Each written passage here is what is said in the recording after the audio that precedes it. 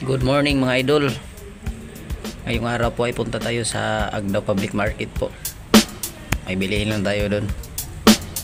At dito tayo sasakay sa Lumanlas. Itong lugar pala mga idol sa sa Buhangin Gym po. Ayan na po. Sasakay na po tayo. Kita-kits po tayo doon sa mga idol, sa palengke mga idol.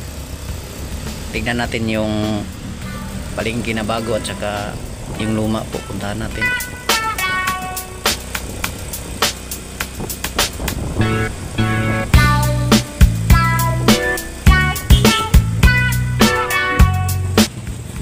Andito na po tayo mga idol sa bagong palengke po sa Agdao. At ito naman yung sa loob mga idol. Daming nang naninda mga idol. Yung mga gulay, dami na palang dito. Ngayon lang ako nakapunta dito mga idol.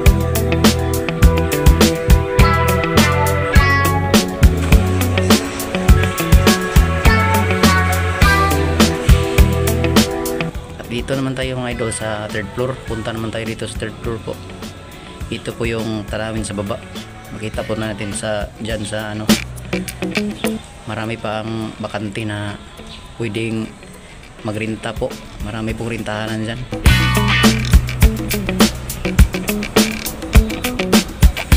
Ito mga idol, ito sa third floor mga idol.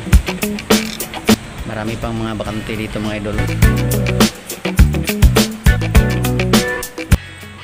Yan po, marami pa. Maraming bakante po.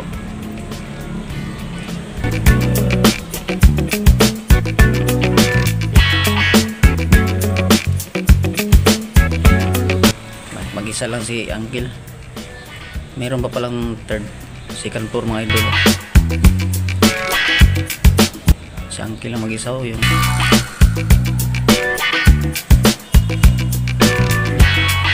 marami pa palang bakante dito mga idol. Dami. Siguro mahal siguro yung dito renta, tapos walang tao magpunta kaya walang balak yung iba.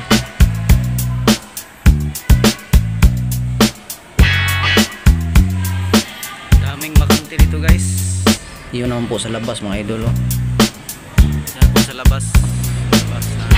Makikita nyo mga idol. Third floor ng grabe dami. Dalawa lang sila dito ang tindahan.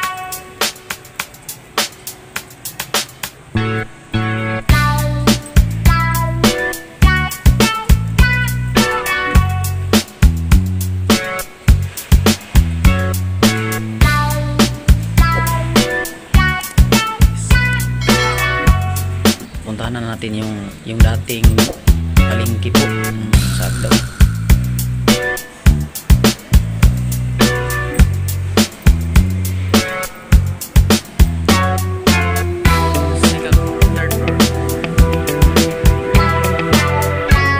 Puntahan natin yung lumang palengke.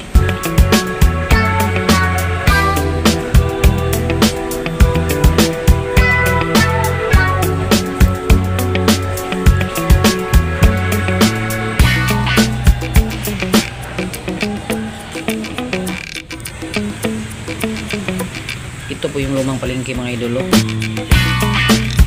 Makikita niyo yung lumang yero.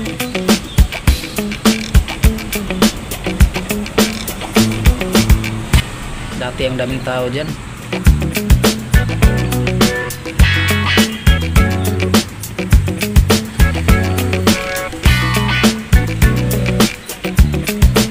Yan po yung daan, yung lumang palengke ng Agdao.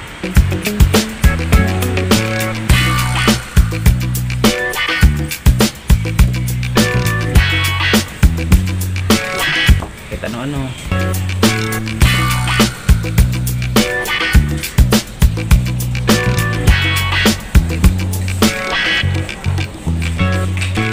akala ko wala nang nagtinda dito mga idol. Mayroon pa pala.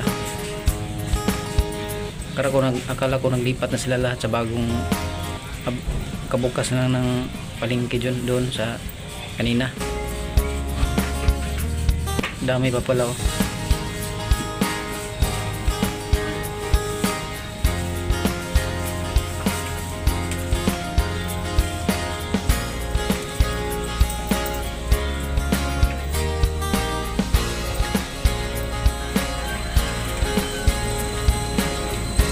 mga niyog, saging at saka gulay. Mas mura siguro dito mga idol kaysa ito po yung sa labas mga idol. Maraming salamat sa panonood mga idol. Kung nakaabot ka man ito ng thanks for watching po. Shout out sa inyo lahat.